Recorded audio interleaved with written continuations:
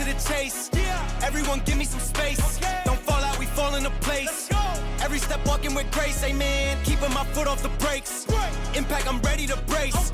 We fall down and land on our face. Just to get up and finally escape. Wait, boom, boom. Baby, I'm trying to get paid. Legends don't die in a grave. They live through the story they made, okay? Boom, boom.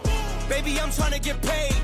Legends don't die in a grave. Hey, legends don't die anyway. I was working on a play today. Body bags covered away. I paved, zipped up like a bathing ape. How many of us then came and stayed? Not too many. I've been staying awake to get it and get right on every mistake. I give them a bite, they taking a plate. It's all been a feeling that I couldn't shake. So I just keep killing till I'm at the gates. We straight, we treat them like worms in a lake. They bake, just give me a drum and a bass. I skate and grind till I'm numb in the face, okay? Don't fuck up my day. Don't talk about clutch, I got ice in my veins. I'm coated in Trey, I stick to the code. I'm glitching the game. I do anything for the win at the end of the day. I gotta cut to the chase.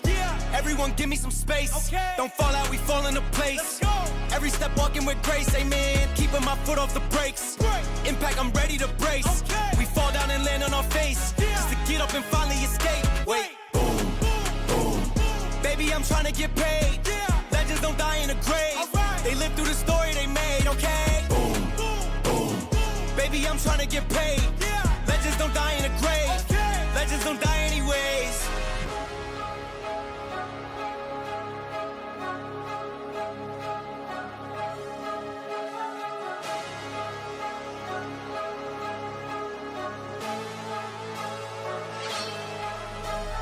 Boom, boom. Baby, I'm trying to get paid. Legends don't die in a grave. They live through the story they made, okay? Boom, boom. Baby, I'm trying to get paid. Legends don't die in a grave. Legends don't die anywhere.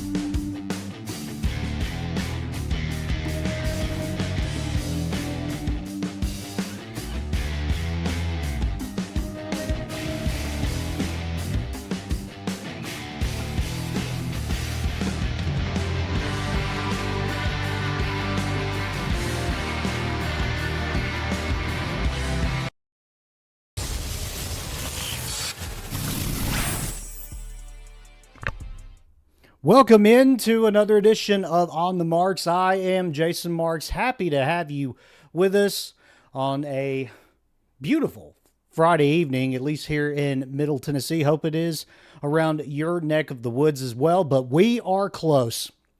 We are getting so close to toe meeting leather, as tomorrow it will begin with a little Farmageddon in Ireland, which is a little weird, but I'm not too mad about it. We'll talk a little bit more about that matchup coming up near the end of the show.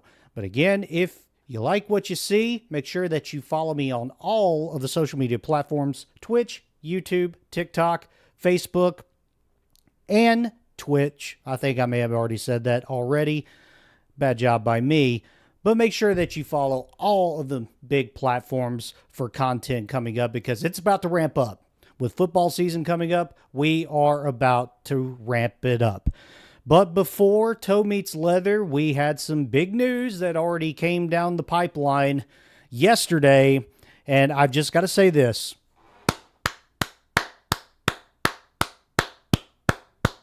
Kudos to the SEC. You finally did it. You're finally, or should I say, you're finally going to do it. You are going to go to the 9 game schedule. You resisted for a while. Really, to tell you the truth, you had really no reason to cave into any kind of pressure, if there was any. But you're finally going to do it. You're finally going to do it. In this instance, I believe that the fans, like myself, win. Now, will this eliminate the potential Alabama versus Mercer or Auburn versus Chattanooga non-conference matchups? Probably not. But there is one interesting caveat to where I even like this more. To where in non-conference play, there will be one Power 4 opponent. That's the commitment that Greg Sankey and the SEC has made. And you're wondering, why would a man be this crazy? You could say that there were assurances in regards of playoff qualifications. That may have something to do with it. Is it that, oh God, Tony Batiti has these god-awful ideas, make them stop, okay, we will finally do it. That's probably not how it went down, but it's kind of hilarious to think about. But again, the awful automatic qualifier format is still not off the table. And again, this is just a step of many other steps to come as the college football playoff will evolve after its initial 2-year contract of this expanded 12-team playoffs.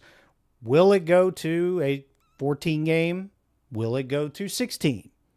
I'm in the guess that it's going to be 16. It's a nice, hard, even number to go and leads to more games being played on campus, and especially the teams that did well throughout the season, especially the top 4, will at least be rewarded with one on-campus game rather than a bye. But that could be down the road. That's going to be a conversation for another time. But back to the SEC. They're gonna do it, and I'm happy about it. Now, how is it going to be formatted as far as opponents? Well, it's been reported that each team will get 3 permanent rival opponents, which right off the top of my head, I'm guessing that Alabama's will be Auburn, Tennessee, LSU. That seems to be the one that makes the most sense. Now, there are some others that make it a little tricky. There could be some rivalries that could be sacrificed in the grand scheme of things. Hopefully not any of the big ones. There have been speculation. We could sit here and speculate for this entire time, but we're not really going to know until the wheels go in motion and they announce it. But a few that pop up as just simple and obvious would be Alabama's. And LSU, Auburn, Tennessee. Easy.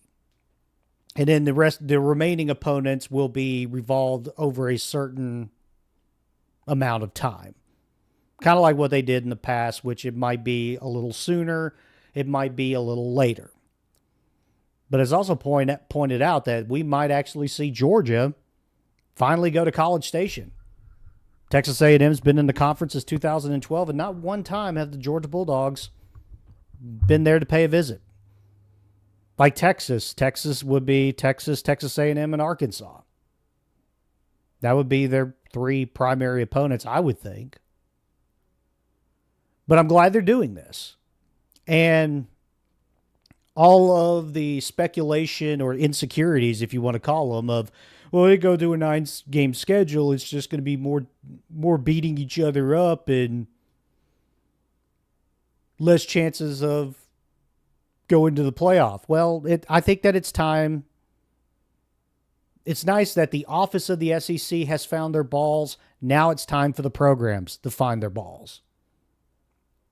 Because we could go through all of this with, well, there will be a change in considering strength of schedule and all this stuff. This goes back to because Alabama and some analysts and fans who believe that they got robbed of a playoff spot, which in fact they did not. If they would have won one of those games against Vanderbilt or Oklahoma, they would have been in probably over SMU with a 10-2 record than trying to argue an 11-2 versus a 9-3. I've said this time and time again, but it keeps getting brought up. It keeps getting brought up because you can't get over it. You're like, why do you keep talking about this? Why the fuck do you keep talking about it? That's what I want to know. What's done is done from the past, and Alabama has the potential to go into 2025 and make us all forget the fact that they got bent over and backshot by Vanderbilt and Oklahoma. You want me to say it bluntly? They got bent over and fucked in the ass. And bottoms don't deserve playoff spots. Will they beat Georgia? Well, Georgia won the conference. They did enough to be in the championship game and won the conference. So that should tell you something right there. They didn't lose to Vanderbilt or Oklahoma. Anyways. So it's going to lead to a lot of speculation coming into like now will the playoff, how will the playoff be determined? How much is strength of schedule going to come into play? And you're going to have that until we actually see what happens on the field, which is going to be interesting for this season because I believe that the SEC might get 5 teams. If there was a year for the SEC to possibly get 5 teams in the college football playoff, this would be the year to do it. I could see it. 4 at least. But 5 is a possibility because I believe that the ACC may be a one-bid league again. Yes, I know Georgia Tech has improved. Yes, I know Louisville is going to be better. Who knows about North Carolina? Who knows about Florida State? But I know one thing for a fact. Clemson's going to be pretty damn good. And I think Clemson's probably going to run away with the ACC. They stumbled to that championship last season. Despite going 0-3 against the SEC last year, they stumbled to an ACC championship last season. And this season, they're going to be a lot better. And the Big 12 could be cannibalization. They could potentially be a one big league again. So the potential of the SEC getting 5 teams in, I wouldn't say is far-fetched. The Big 10, I could see 3 or 4. It just depends what Penn State does, Ohio State, Oregon, and then what Michigan, maybe Nebraska might be on the rise, or Illinois does. But I could see at least 3 from the Big 10. But for the SEC, I could see 4 or 5. But that's if they don't handle business, which was the reason why 3 SEC teams got left out of the playoff last season. With this 9-game conference schedule now for the SEC, it is more imperative now. We can go in here and say, well, look at their strength of schedule. No. Let me just simplify it for you. Handle business, and you have nothing to worry about. Beat the teams that you're supposed to beat, and you have nothing to worry about. It's just that simple. Don't lose to Kentucky at home. Don't lose to Vanderbilt on the road. Don't lose by 21 to Oklahoma, who had the worst offense, which is going to be, hopefully, entirely different from what it was last season. That's the simple message. Handle your business. And it's going to be true again in 2025. It all comes down, handle business, you have nothing to worry about. But it seems that message is either willfully ignored or I don't know. But it's held true since the days of the BCS, since the 14 playoff, and now the 12 team, and possibly into the 16. If you handle business, you probably have nothing to worry about. If you don't handle business and leave it to the committee, you're probably going to be disappointed.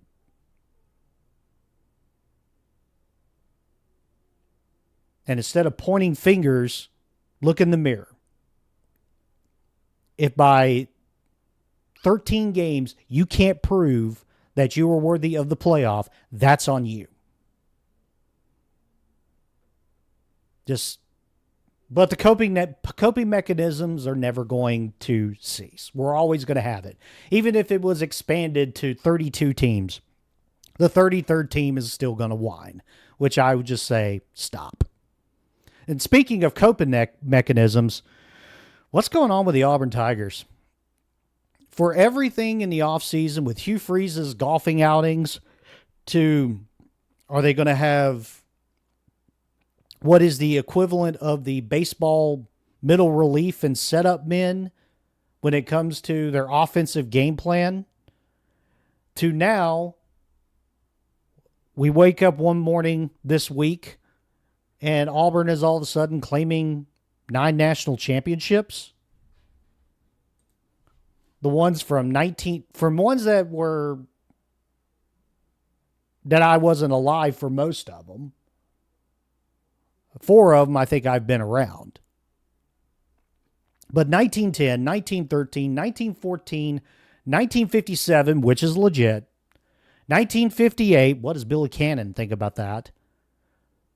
1983, which that was a good team in 83. Sucks they lost to Texas, but that was a good team in 83. 2004, which Tommy Tuberville bragged about. And then their legit title in 2010, which some would say put an asterisk by it because of the whole Cam Newton scandal. But anyways, we're not gonna visit that again. But is this just a coping mechanism for a program that could be on the verge of falling off a cliff? Because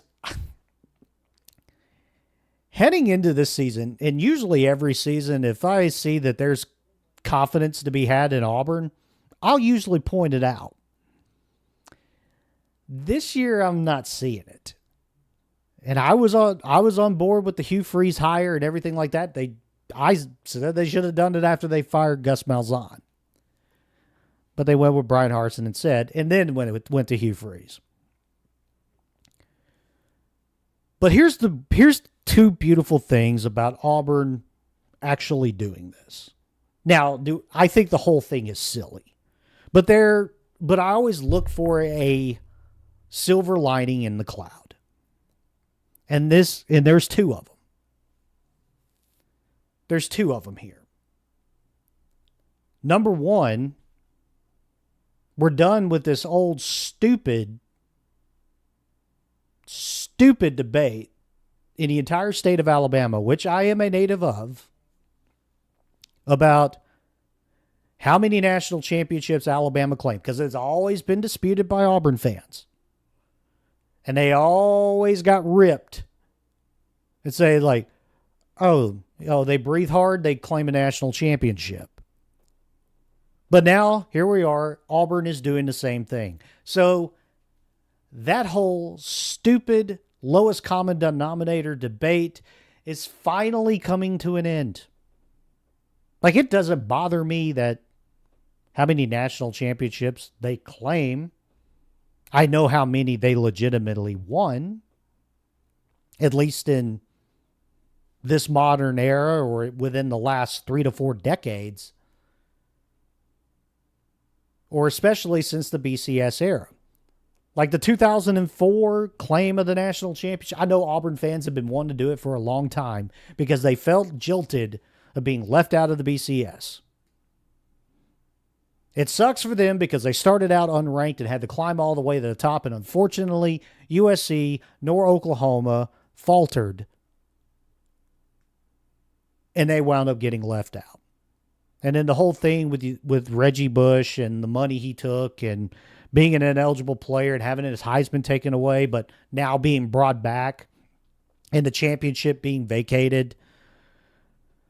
Saw the opportunity. But do I see, was that 2014 good? Yes. They were very good. But unfortunately, they didn't play for a national championship. So the 2004 claim to me is silly, just like the 1993 one when they were on probation. Again, was that a good team? Yes, it was. Undefeated. It was unfortunate that they couldn't play for a national championship. But, NCAA rules and all that good stuff. This is like me claiming the Dixie Major National Championship from 1999 that I played in, but we finished third place. It's silly. It's silly to do because we got our butts whooped by both of the teams that played in that title game. Do we think that we were good enough to win it all? Yeah. Were we good enough on the field? No, we weren't. And the other beautiful thing about this is all these claiming of national championships are in the past. Like I think that the UCF claiming one in 2017 or wherever it was because the Kali Matrix had them as number one and the NCAA recognized it. So they're like, yep, we're going to go with it. Okay, yeah, that's fine. Whatever it is to cope with the fact that you were not invited to the playoff and you wanted to acknowledge a good season, which it was for UCF.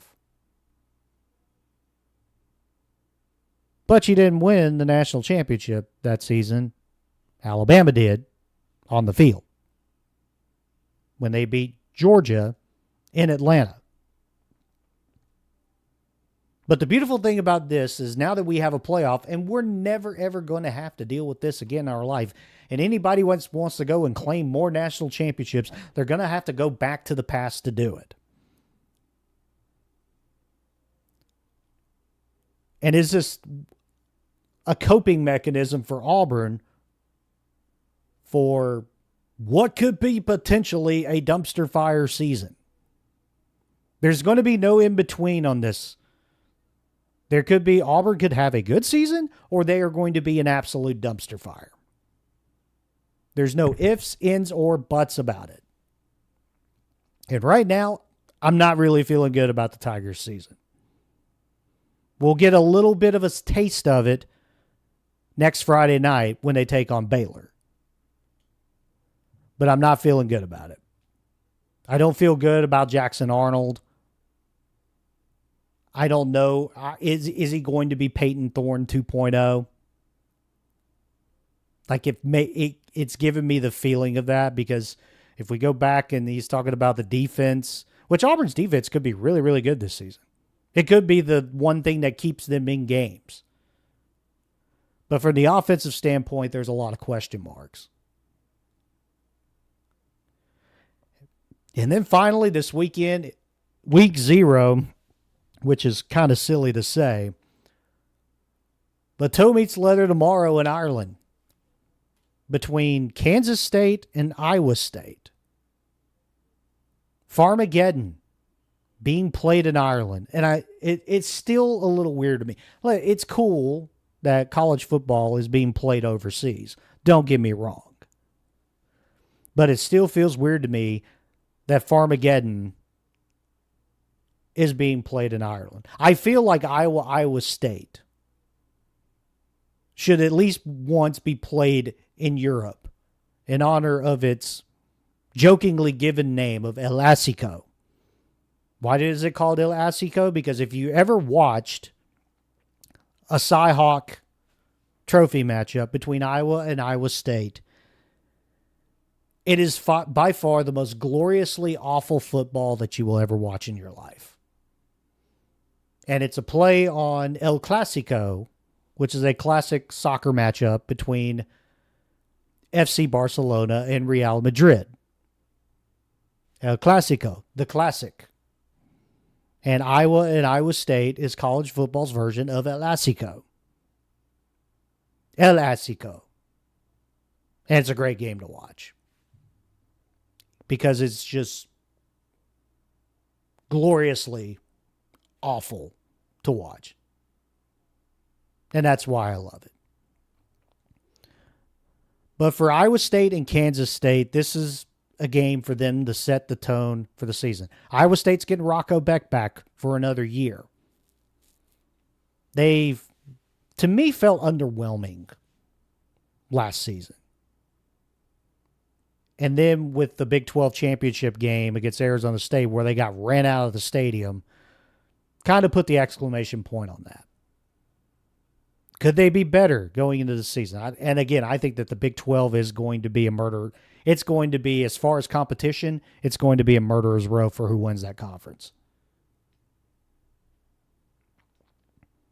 But Kansas State, with Avery Johnson coming back, will they be a little better on offense this go around? Because this is going to set the tone on who's going to get a head start in their journey to win the Big 12 title. Right now, I'm leaning a little more towards Iowa State because I've got to see a little bit more from Kansas State, at least on the offensive side.